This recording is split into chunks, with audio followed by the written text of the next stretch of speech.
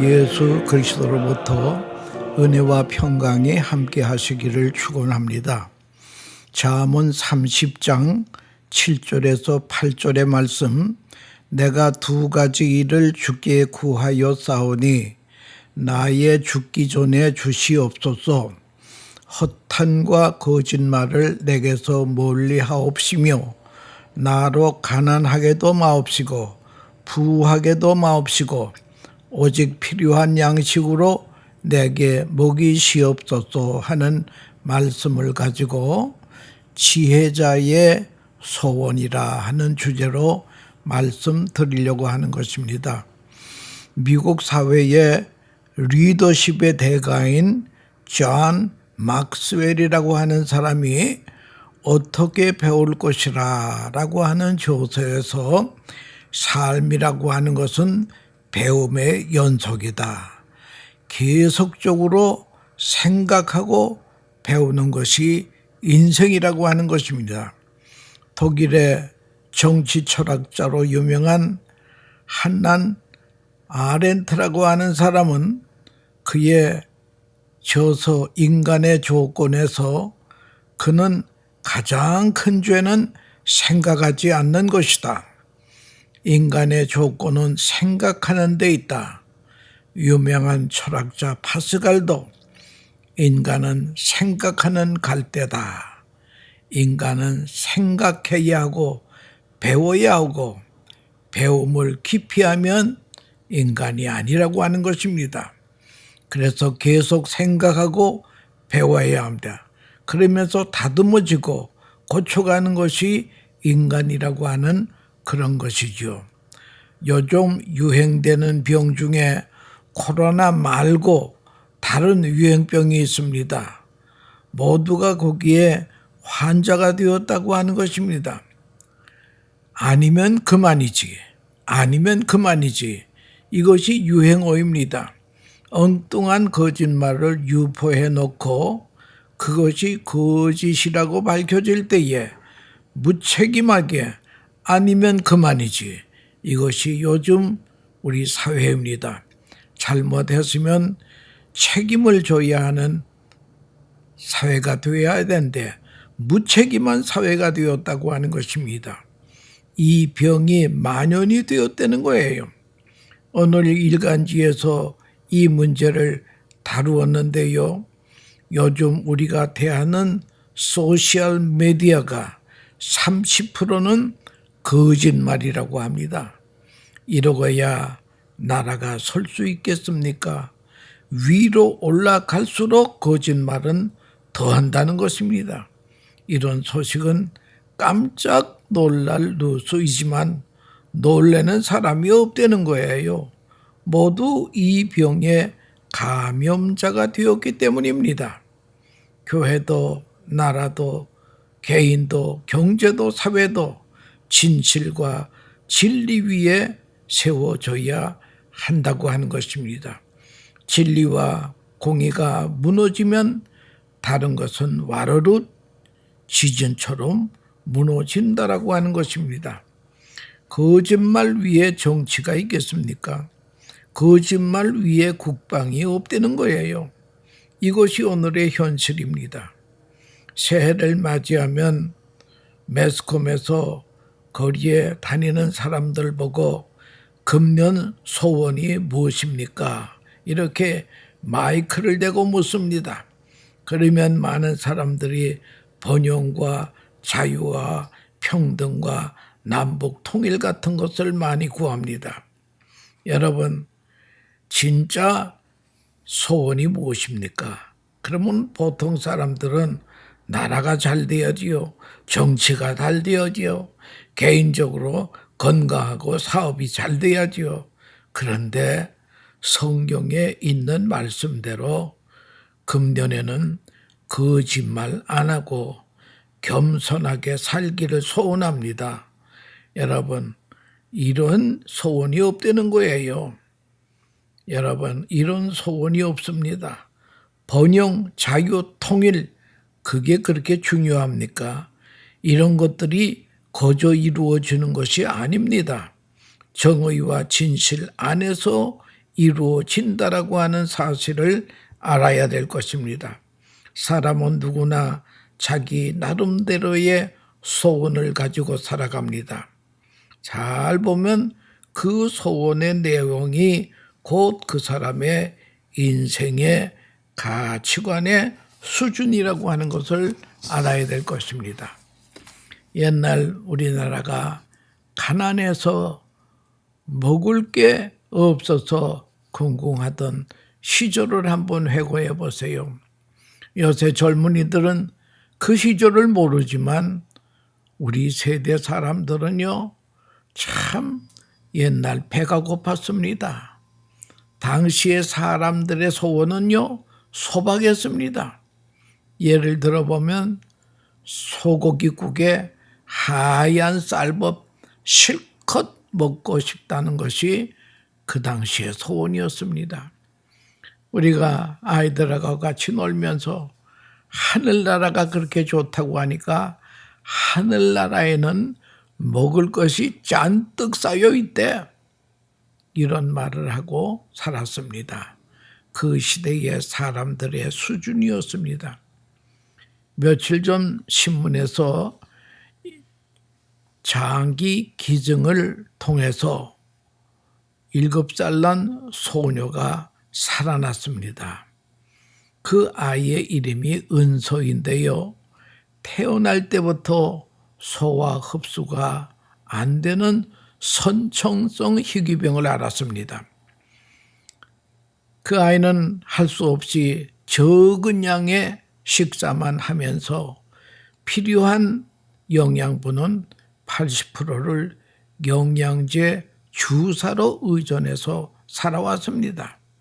그런데 이번에 장기 이식자가 나와서 장기 이식에 성공한 것입니다. 기자가 물었습니다. 네 소원이 뭐냐? 그러자 7살 난 은서가 2가지 소원을 말합니다. 첫째는 마음껏 먹고 싶은 것이고요. 둘째는 나를 위해서 장기를 기증한 분을 만나고 싶습니다. 그 기사를 보면서 얼마나 밥이 먹고 싶었을까 마음이 찌인하면서 역시 천진난만한 아이구나 하는 생각이 들었습니다.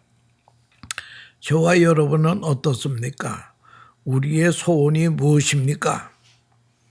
노후 자금으로 돈이 한 100만 불 있으면 좋겠습니까? 회사에서 승진했으면 좋겠습니까? 우리 아이가 원하는 대학에 합격했으면 좋겠습니까? 이런 여러 가지 소원을 댈 수 있을 것입니다. 어떤 소원이든지 그것이 곧 우리 인생의 가치관이요 수준이라고 하는 것입니다. 그리고 그런 소원들이 쌓여지면서 우리 인생이 만들어지는 것입니다. 오늘 잠언 30장 본문에 보니까요. 이 30장을 쓴 분은 아굴이라고 하는 사람이 썼는데요.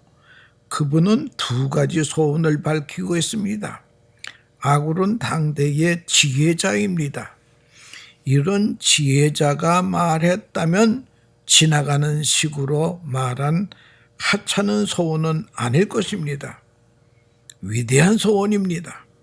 하나님께 꼭 이루어 주시라고 간구하는 소원입니다. 그래서 이 소원을 아굴의 기도라고 부릅니다. 재미있는 이야기가 있습니다. 옛날 어느 틈의 산골에 노인 부부가 살고 있었습니다. 산비탈을 일구어 밭을 만들고 산골에서 나무를 해다가 장에 나가 팔아서 필수품을 구입해오는 가난한 부부가 있었습니다. 하루는 이 할아버지가 나무를 하러 산에 갔다가 산신령을 만났습니다. 그 산신령께서 나는 너처럼 착한 사람은 보지 못했다. 그래서 무슨 소원이든지 들어주마. 요술방망이를 선물로 주려고 하니 받아라. 그런데 조건이 하나 있는데 소원은 딱 2개만 말해야 한다 라고 하셨습니다. 할아버지가 이 이야기를 듣고 너무 기뻐서 가지고 갔던 지게와 낫을 다 버리고 헐레벌떡 요술방망이를 들고 집으로 돌아왔습니다. 그런데 지게도 낫도 없이 나무도 해온 것이 없이 할멈 부르며 집으로 돌아오는 할아버지를 보는 할머니는 머리끝까지 화가 났습니다. 아니 지게와 낫은 어디다 내버리고 뛰어오는가? 미친 영감 아닌가?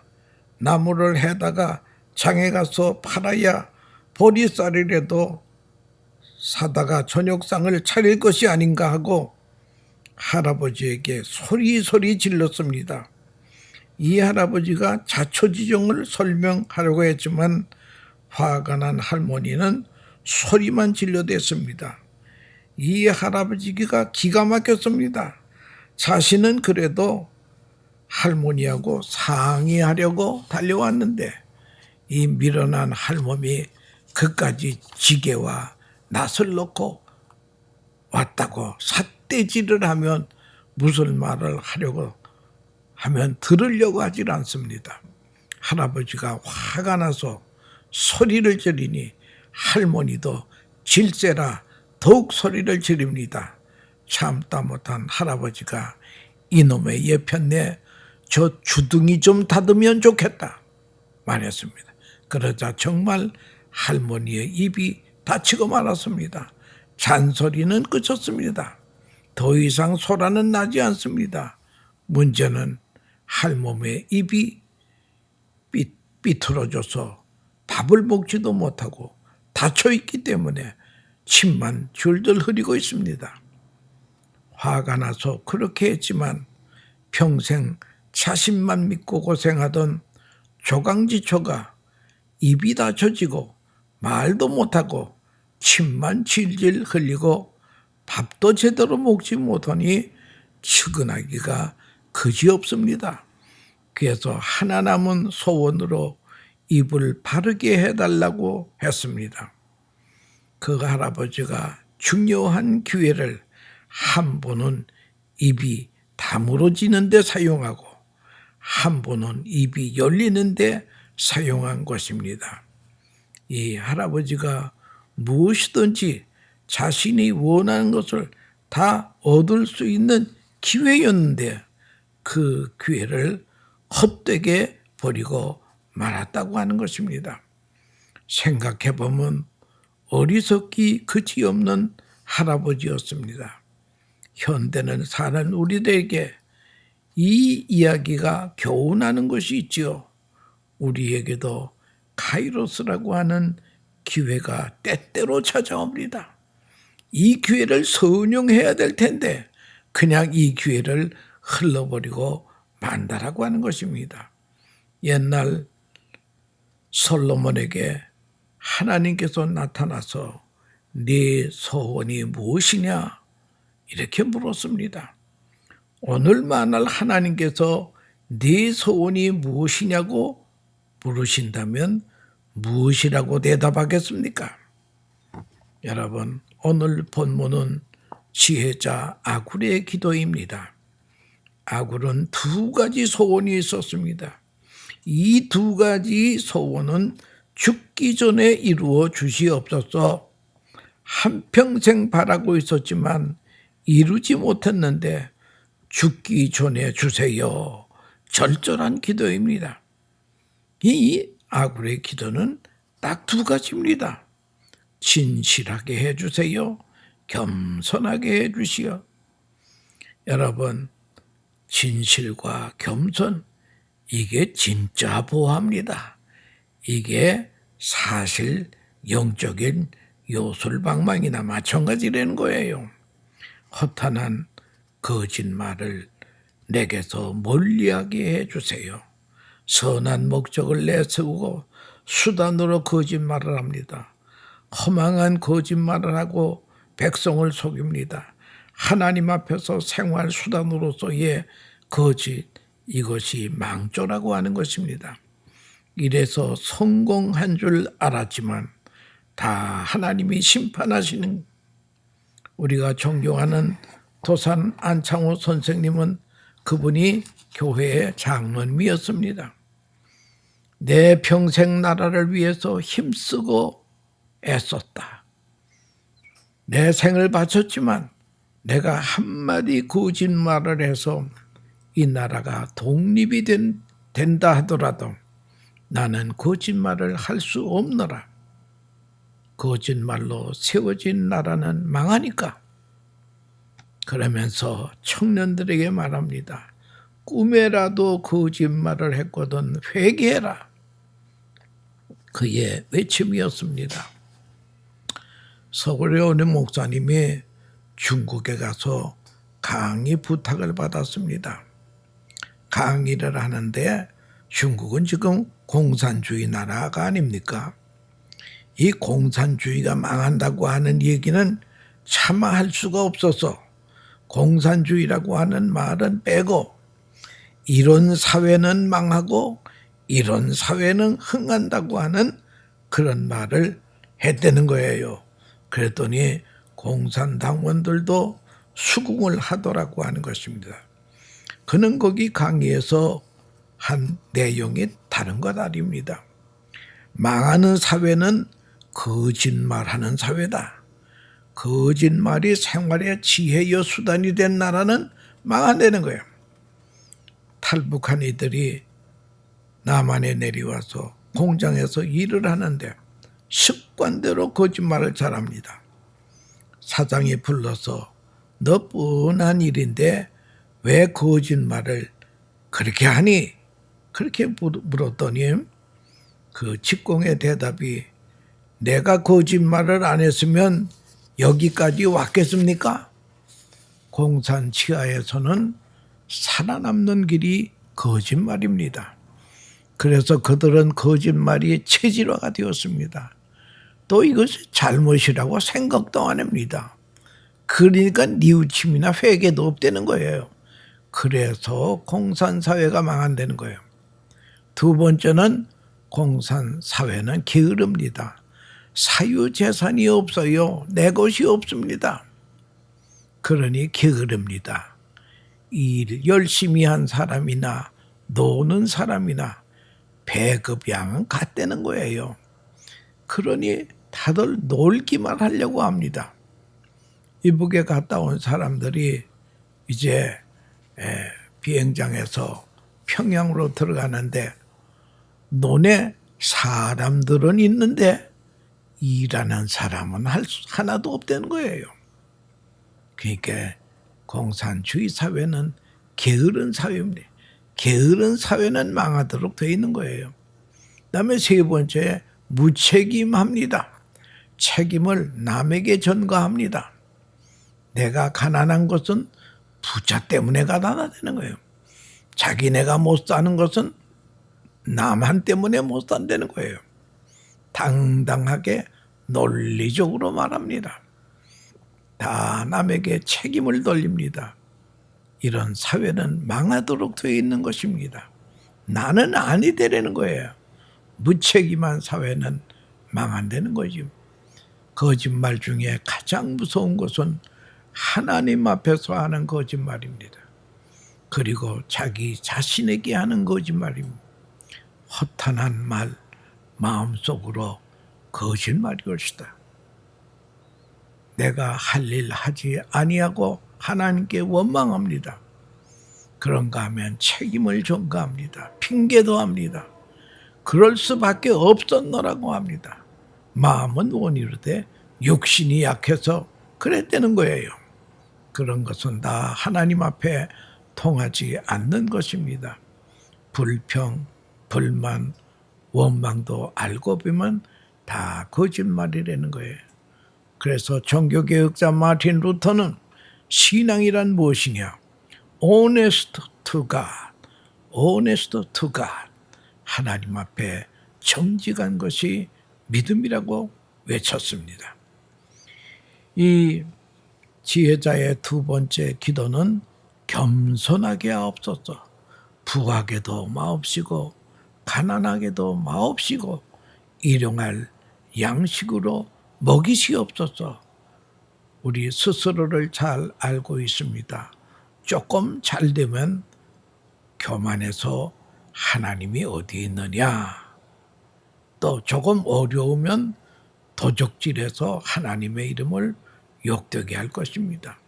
그러므로 가난하게도 마옵시고 부하게도 마옵시고 필요한 양식으로 만족하게 하옵소서. 이것이 겸손의 마음이라는 거예요. 이게 실용적인 겸손이 열시다.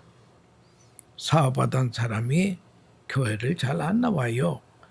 왜 요즘 교회를 못 나오십니까? 그래, 너무 바빠서요. 그러다가 꽝 하더라고요. 조금 잘못되면 하나님을 원망합니다. 조금 안다면 지식 때문에 교만하고, 성공했다면 또 성공 때문에 교만합니다. 이 사실을 알아야 됩니다. 그래서 아굴의 기도는 가난하게도 마옵시고 부하게도 마옵시고, 이 말은 자기는 조금 잘 되면 교만 체질이 있다는 거예요. 나는 잘 되면 안 될 체질이라는 거예요. 자신을 압니다. 가난해서 하나님의 이름을 욕되게 할까봐 걱정이 된다고 하는 것입니다. 제가 한국에 있을 때 제 친구가 약사가 되어서 약국을 개업을 했습니다. 그런데 그 약국을 개업할 때부터 이 사람은 예수를 잘 믿는 사람이기 때문에 주일에 약국의 문을 닫습니다. 그러니까 주위의 사람들이 여보, 그러지 않아도 불경기인데 문을 닫는다고 야단을 합니다. 그래도 계속 닫니다. 그런데 그 친구의 말이 한 주간의 매상이 과거 때보다 더 많아졌다는 거예요. 예수 안 믿는 사람도 예수 믿는 사람은 정직하다고 생각해서인지 손님이 월요일에 더 많이 오더라고 하는 그런 간증을 제가 들어본 적이 있습니다. 여러분, 겸손의 신학적인 세 단계가 있습니다. 첫째는 무질서한 욕망에서 벗어나는 것. 이게 겸손이네요. 불의한 욕심, 한계를 넘어서는 욕심에서 벗어나는 것이 겸손이라고 그러는 거예요. 그 다음에 두 번째는 천연적인 단계에 올시다. 영적 자유를 누리는 것입니다. 세속적이고 물질적인 것은 찰나적인 것입니다. 별로 중요하지 않고 영원한 영적 세계가 중요합니다. 영적 세계를 바라볼 때에 가치관이 달라진다는 거예요. 주 밖에 생겨지는 모든 사건들은 다 부질이 없는 것입니다. 전도서의 말씀대로 헛되니 모든 것이 헛되다고 하는 것입니다. 세 번째, 십자가의 길을 선택하는 것이 겸손이라는 거예요. 주님과 함께 죽으면 주님과 함께 살게 됩니다. 주님을 위해 버리면 주님이 책임져 주신다는 거예요. 주님이 주신 은혜에 대한 응답이 바로 겸손이라는 거예요. 왜? 내가 한 일이 아닐까요? 그리고 겸손의 열매가 감사입니다. 감사의 열매가 찬송입니다. 감사는 찬송으로 이어집니다. 찬송이 있는 곳에 주님이 그 찬송을 받으시기 위해서 임재하신다고 하는 것입니다. 여호와 하나님의 임재면은 모든 것은 다 해결나는 것입니다. 그러므로 겸손은 만 가지 덕의 뿌리가 된다라고 하는 것을 알고 겸손하게 해주세요. 이 기도가 정말 귀한 기도입니다. 여러분, 우리의 기도의 제목이 무엇입니까?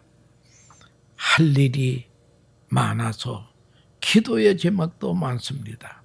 그러나 우리의 영혼을 깨끗하게 해서 하나님 앞에 정직한 사람으로, 겸손한 사람으로 나타나도록 마음 중심을 하나님 앞에 바치며 하나님 앞에 거짓이 없이 살도록, 그리고 내가 나를 속이는 일이 없도록 하나님 앞에 정직하고 성실하게 살면서 항상 주신 은혜 감사하면서 하루하루를 살게 해주세요. 하나님이시여, 겸손하게 살게 해주세요. 원망도 하지 않게 하시고 마음에 근심 걱정이 없는 늘 감사하는 마음으로 겸손을 배워가며 그리고 귀한 진리를 실천해 나갈 수 있는 용기를 주시옵소서. 나에게 있는 근심 걱정은 다 나가고 믿음으로 채워주세요. 본문 지혜자의 이 기도를 죽기 전에 달라고 간절히 기도합니다. 정직한 방법으로 얻어진 수입으로 정직하게 사용하면서 사는 생활에 만족하는 것이 지혜의 생각이었다는 거예요. 이런 자세는 신앙생활의 진수입니다. 사람들은 배가 부르면 하나님을 모른다고 합니다. 애굽의 왕 바로는 여호와가 누구간데 하면서 교만한 말을 했다가 벌을 받았습니다. 가난하여 도둑질한 사람들도 많이 있습니다. 장발장, 그 소설에 장발장이 범죄가 배가 고파서 범죄했다는 거예요. 인생에 있어서 실수를 피하려면 우리가 주님의 십자가 앞에 나아가서 과거의 거짓과 교만과 원망 불평을 일단 회개해야 됩니다. 우리가 죄를 자백하면 하나님은 미쁘시고 의로우사 우리의 죄를 용서해 주시겠다고 요한일서에 말씀하고 있습니다. 그리고 우리의 소원을 바로 아뢰는 것이 중요한, 매일의 소원이 밀려올 때 먼저 하나님의 말씀에 귀를 기울이는 것이 필요합니다. 거짓말 안 하고 겸손하게 살게 해주세요. 그리고 하나님의 은혜에 대한 감사하며 살게 해주세요. 여러분, 이 아구리의 기도가 우리의 신앙 고백과 기도가 되시기를 축원합니다. 감사합니다.